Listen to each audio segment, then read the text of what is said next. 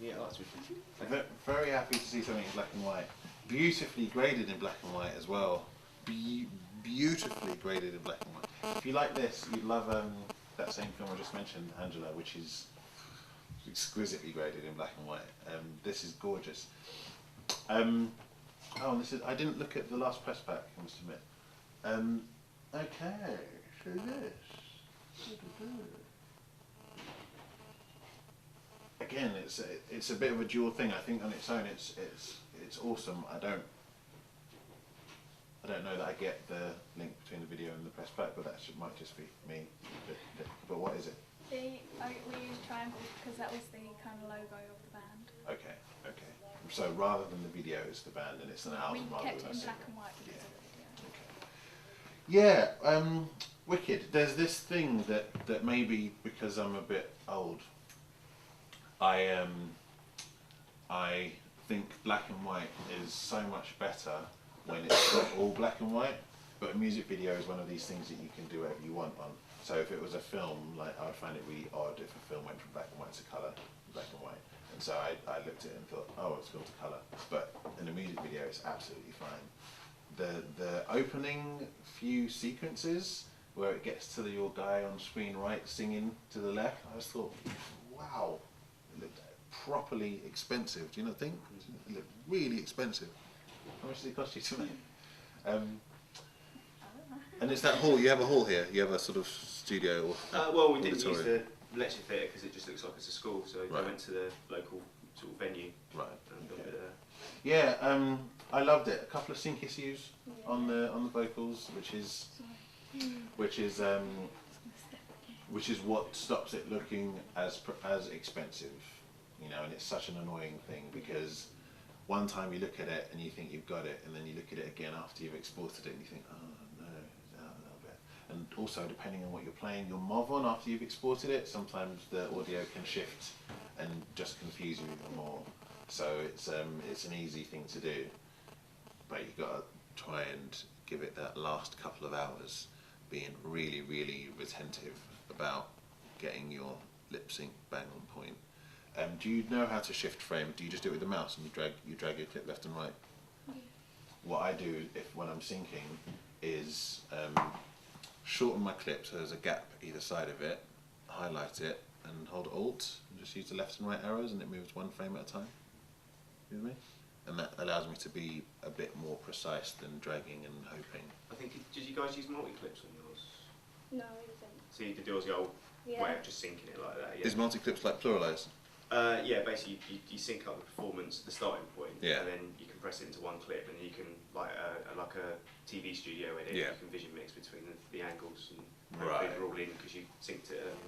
What I do in that is, well, it depends, you see, because what your video frame rate is probably going to be 24.98 frames per second, but your audio frame rate you get off the CD might be 25 frames per second or even 30, and so after a few seconds it's gonna shift, which is so there's something called pluralize which does it exactly, but that's more for audio, for verbal waveforms. But I still do it old school. I just put all my clips on top of each other, and I do it, the way I do it is I put my camera on top and camera 2 or 3 below, and I watch them all through first, so I generally know what's coming. But I leave it on my clip, and when my clip goes bad, cut down to the one underneath it, and the one underneath that, and choose the best one to go to next. When that clip goes bad, cut back to one of the others, and I'm literally doing it without seeing everything at the same time. So the risk is that I might miss a little bit of magic. But if you've watched them all through and you've maybe put a little index of the best bits on each, you can make sure you hit them. I think using a more advanced thing like multi-clips or pluralize is probably better. But it's faster, I think, and considering they've got a deadline. Yeah, maybe. I think I'm pretty quick on syncing, but I think if I was going to go to a piece of software like that, I'll be able to get the best out of it because I've done it manually, possibly. But so yeah, this music video stylistically it's wicked. Stylistically, it's really, really nice. the shots by the water and that cutting between the two of it? Was it that he's there and he's not there? Is that what it's sort of saying? Okay. Yeah, guys, money, please. And you take. You're at that age. You just don't pretend that you're still too young to earn money. Do you know what I mean? You gotta start. What do you think you could do with this work as a next step to get money? Who thinks that the work that they've done now is good enough to get paid off from somebody else? Right, well it is. You two are, so I would expect you to. I'm paying both of you. It is. I mean, I'm telling you, it is. It actually is, because there's so many. Think of how many bands there are, and with not very much money, bands that would struggle to give you your 50 quid expenses.